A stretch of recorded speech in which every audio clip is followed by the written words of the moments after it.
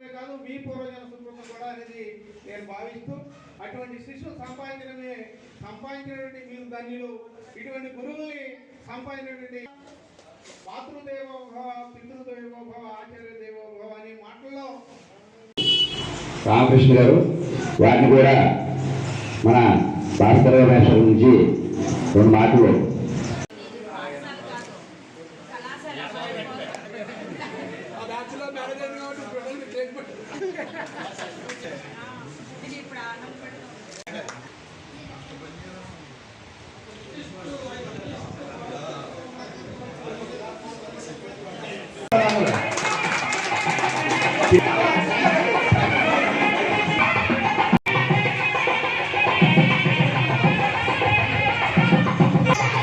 రాస్తారు.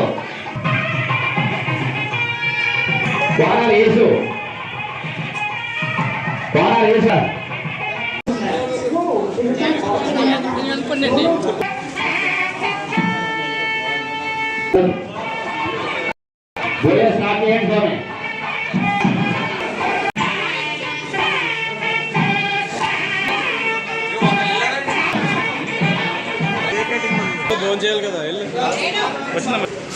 రోజున అక్కడ భీమవరంలో మన రఘురామకృష్ణరాజు గారు ఇంకా కలెక్టర్ గారు వారందరి సమక్షంలో తీసుకున్న అవార్డు కన్నా, అలాగే ప్రభుత్వం వారు ఇచ్చిన అవార్డు కన్నా, మరి మీరు చేస్తున్నటువంటి ఈ సన్మానానికి నేను జీవితాంతం రుణపడి ఉంటాను.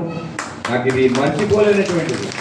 ప్రత్యక్ష దైవాలు భగవంతుడైతే కనిపించే ప్రత్యక్ష దైవాలు నా విద్యార్థులే.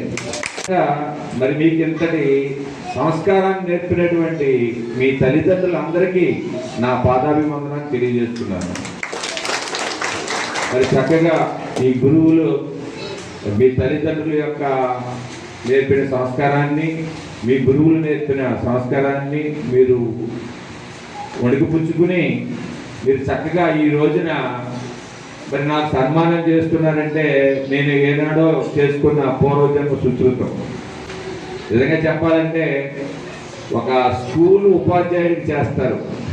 నేను యాక్చువల్గా స్కూల్ ఉపాధ్యాయుడిని కూడా కాదు, ఒక సాధారణ ఉపాధ్యాయుడిని అప్పట్లో చెప్పాలంటే. మీరంతా చదువుకున్నప్పుడు మీరందరూ నా దగ్గరకు వచ్చి ట్యూషన్ చెప్పించుకుని నా మీద ఎంతో అభిమానాన్ని మీ మనసుల్లో నింపుకుని మరి మీ బ్యాచ్ వాళ్ళందరూ కూడా ఈ విధంగా సన్మానం చేయడం నేను ఎంతో ఆనందిస్తున్నాను.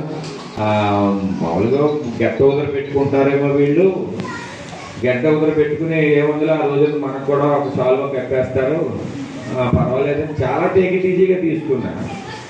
లేదంటే మా గెట్ట ఉదర కోసం మీకు సన్మానం కాదు, మీ సన్మానం కోసమే మా గెట్ట ఉదరని చెప్పి నేను చెప్పడం మరి నిజంగా నేను ఏనాడో చేసుకున్నటువంటి పుణ్యమే. విద్యార్థుల యొక్క పాత్ర చాలా ఘోరంగా ఉంది. ఇదివరకు ఉపాధ్యాయుడిగా ఉండాలంటే అది చాలా గొప్పగా ఫీల్ అయ్యేవాళ్ళం. ఉపాధ్యాయ వృత్తి అంటే చాలా మహోన్నతమైనది. అఫ్కోర్స్ మనం ఈ రోజు కూడా అదే విధంగా ఫీల్ అవుతున్నాయి. ఎందుకంటే అప్పట్లో ఆ భావం కలిగిందంటే మీలాంటి విద్యార్థుల యొక్క సత్ప్రవర్తన. మరి ఈ రోజున మరి విద్యార్థులను గమనిస్తే ఎందుకు వచ్చామా ఈ ఉపాధ్యాయ వృత్తిలోకి అనే బాధ కలుగుతుంది. నా దగ్గర ఒక స్వార్థం ఉంది, మీకు తెలుసో లేదో.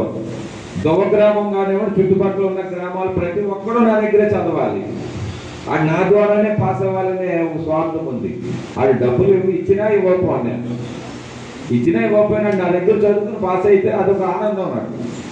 విద్యార్థులకి చక్కటి ఇచ్చి మీరు కూడా ఒక మరుపురాని వ్యక్తులుగా సమాజంలో గొప్పగా వెలుగొందాలని మనస్ఫూర్తిగా కోరుకుంటూ ప్రతి ఒక్కరికి కూడా మీ యొక్క సమయాన్ని హెచ్చించి ఇక్కడికి వచ్చి నాకు అభినందనలు తెలియజేస్తున్న మీ అందరికీ కూడా పేరు పేరున కృతజ్ఞతాభివందనలు తెలియజేస్తున్నాను.